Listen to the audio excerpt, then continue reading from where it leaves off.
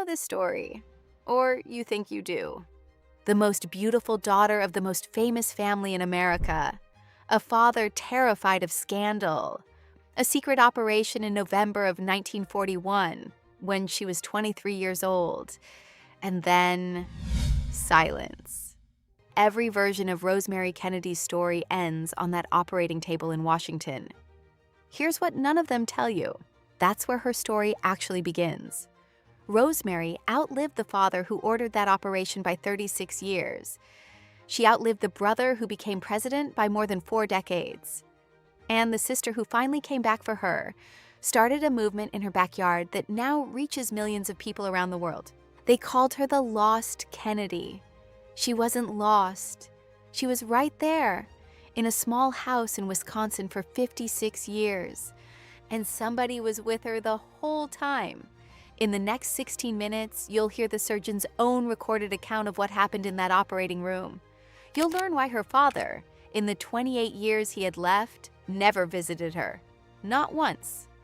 And you'll meet a young nun in Wisconsin who discovered that the woman the world had been told was gone was still in there. If you leave now, you keep the version everyone knows.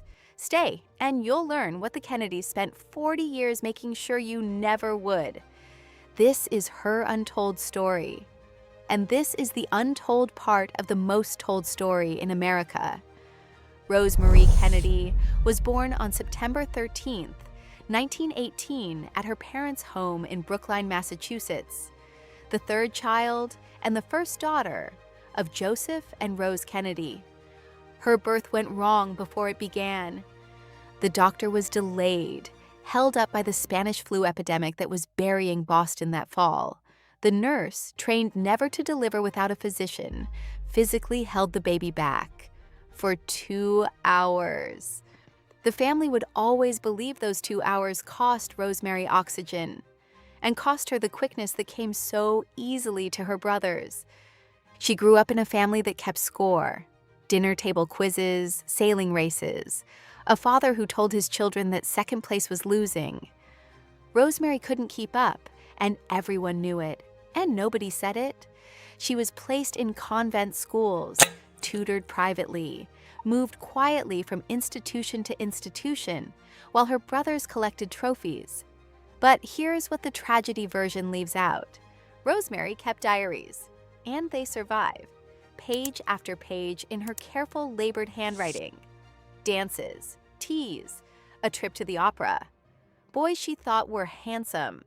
The diaries of an ordinary young woman who wanted ordinary things, written inside a family where ordinary was the one thing you were not allowed to be. And she wrote letters. To the father whose approval was the family's only currency, Rosemary wrote in the anxious, eager voice of a daughter who knew she was behind and never once stopped trying to catch up. In one of those letters, she wrote this: "I would do anything to make you so happy." 9 words. Hold on to them, because you're about to find out what her trying to make him happy earned her. In May of 1938, she had the greatest night of her life. Her father was now the American ambassador to Britain, and Rosemary, in a white gown, was presented at Buckingham Palace before King George VI and Queen Elizabeth, alongside her sister Kathleen. She practiced the curtsy for weeks. On the night, she stumbled just slightly and recovered. The newspapers noticed nothing. And for one season in London, Rosemary Kennedy was exactly what she dreamed of being. Garden parties, the races at Ascot, photographs in the society pages, standing beside her sisters, indistinguishable from them. A debutante, a daughter to be proud of. Normal. It was the only season of her life where the family's public story and her real one were the same story.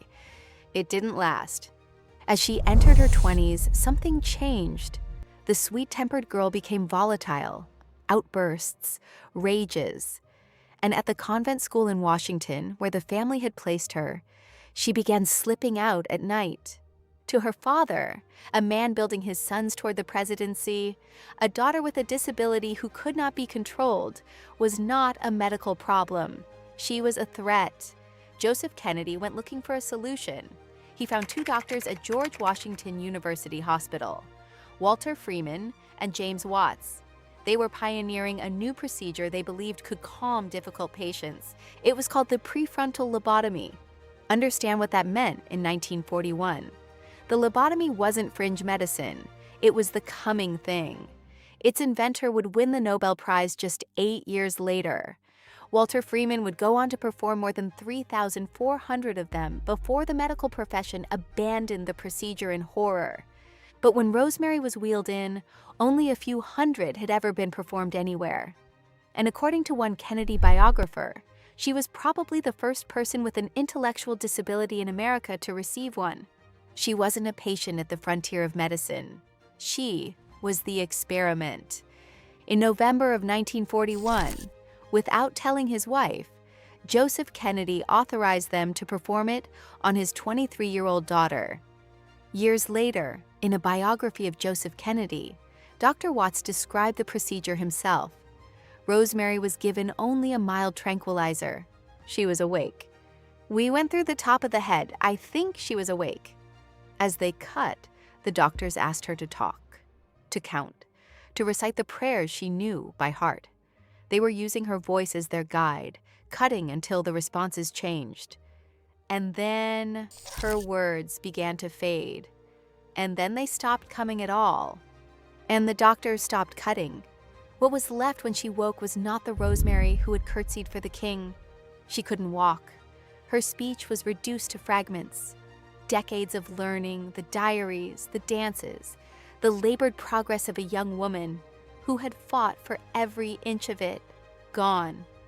Her mental capacity was now that of a small child. The operation meant to make her manageable had erased her instead. This is where every documentary, every article, every retelling of Rosemary Kennedy's life ends. But Rosemary Kennedy didn't die in 1941. She lived another 63 years, and almost no one knows what those years held.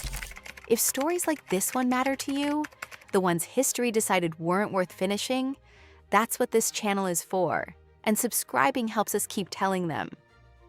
Immediately after the operation, Rosemary was sent away. First to Craig House, a private psychiatric institution in Beacon, New York, a place for wealthy families to keep their inconvenient relatives. She spent 7 years there. Then, in 1949, her father moved her for the last time to the Saint Coletta School for Exceptional Children in Jefferson, Wisconsin, a Catholic institution run by Franciscan sisters, an hour west of Milwaukee and 1,000 miles from Hyannisport. Joseph Kennedy had a private house built for her on the grounds. The nuns came to call it the Kennedy Cottage.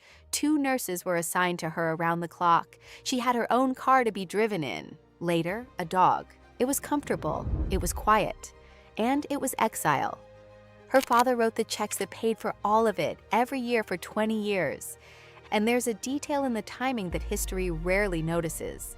1949, the year Rosemary was moved to Wisconsin to be forgotten, was the same year the lobotomy's inventor stood in Stockholm and accepted the Nobel Prize in Medicine. The world was applauding the procedure. Its most famous casualty was unpacking her things in Jefferson, Wisconsin, where no one would see her for a very long time. He never came, not once. From the day Rosemary entered Saint Coletta in 1949 until Joseph Kennedy's death in 1969, the man who had ordered the operation never looked at what it had done, and the public never knew any of it. For years, the family's official story was that Rosemary was busy, that she was teaching children with disabilities, that she preferred a quiet life.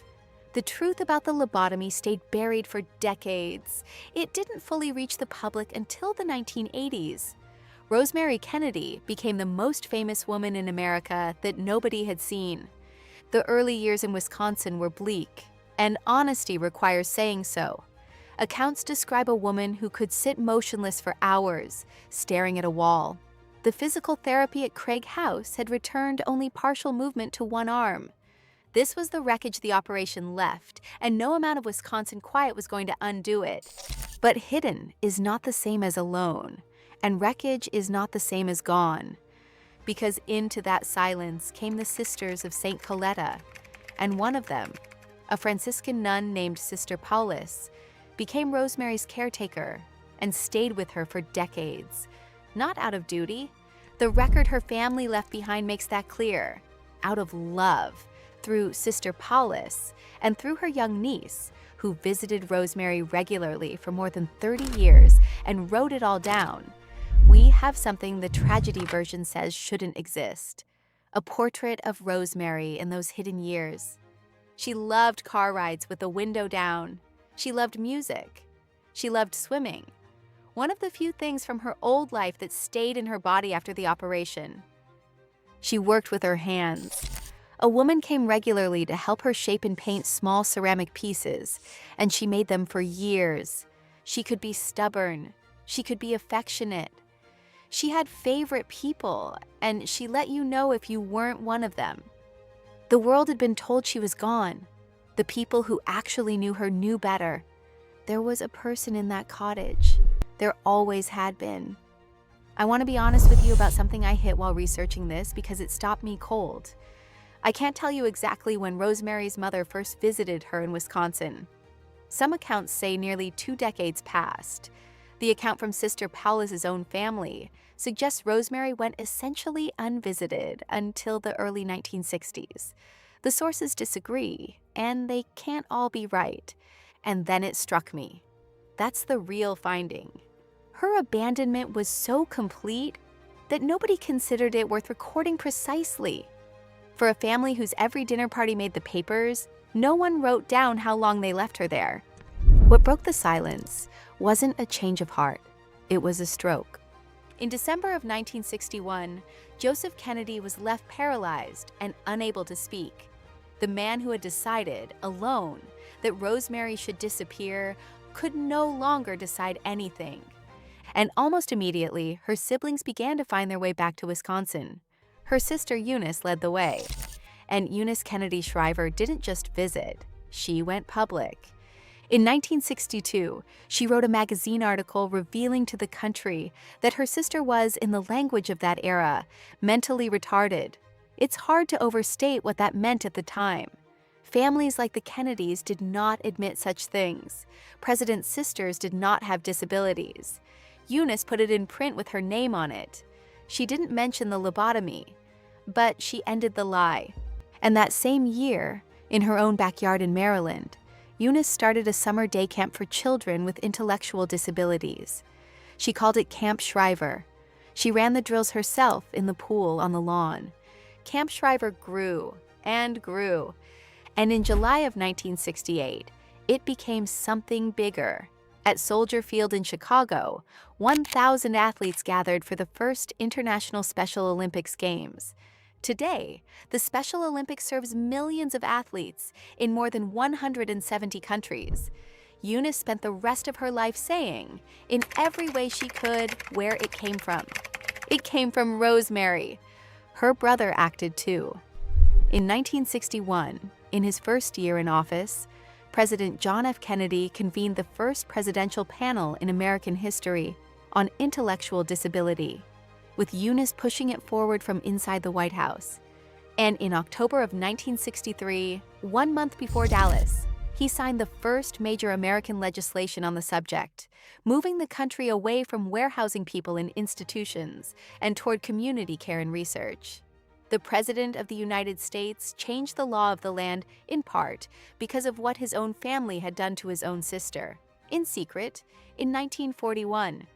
And Rosemary herself came back. Slowly, in the 70s and 80s, she began to travel again.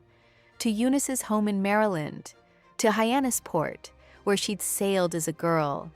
She was met at airports by nieces and nephews who had never been taught to be ashamed of her, because Eunice made sure of it.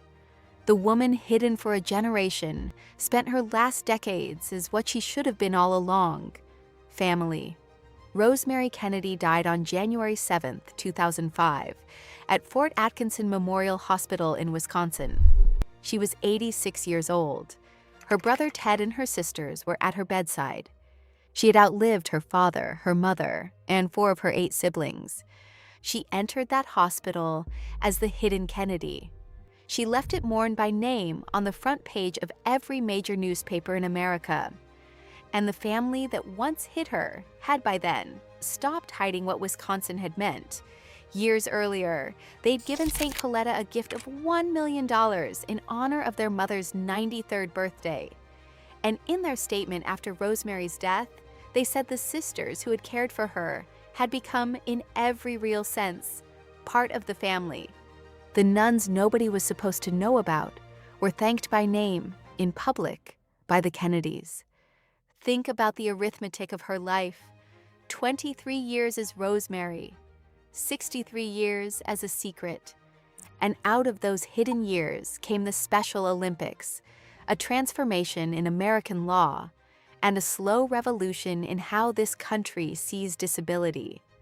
The daughter erased for being imperfect became the reason millions of imperfect, extraordinary people are seen at all. Her family spent decades hiding her story. It turned out to be the most consequential story they had. We've been here before on this channel, in a different century on the other side of the world. In our video on Anandi Gopal Joshi, the first Indian woman to earn a medical degree, we told another story about what medicine did to women and what women did back. Rosemary's story belongs on that same shelf. If you haven't seen it, it's waiting for you. Thank you, sincerely, for spending this time with Rosemary. Stories like hers survive only when someone chooses to finish them. And tonight, that was you. If you believe forgotten women deserve to have their stories told whole, not just the tragedy, but everything that came after, subscribe, and we'll keep telling them together. Until next time, take care of each other.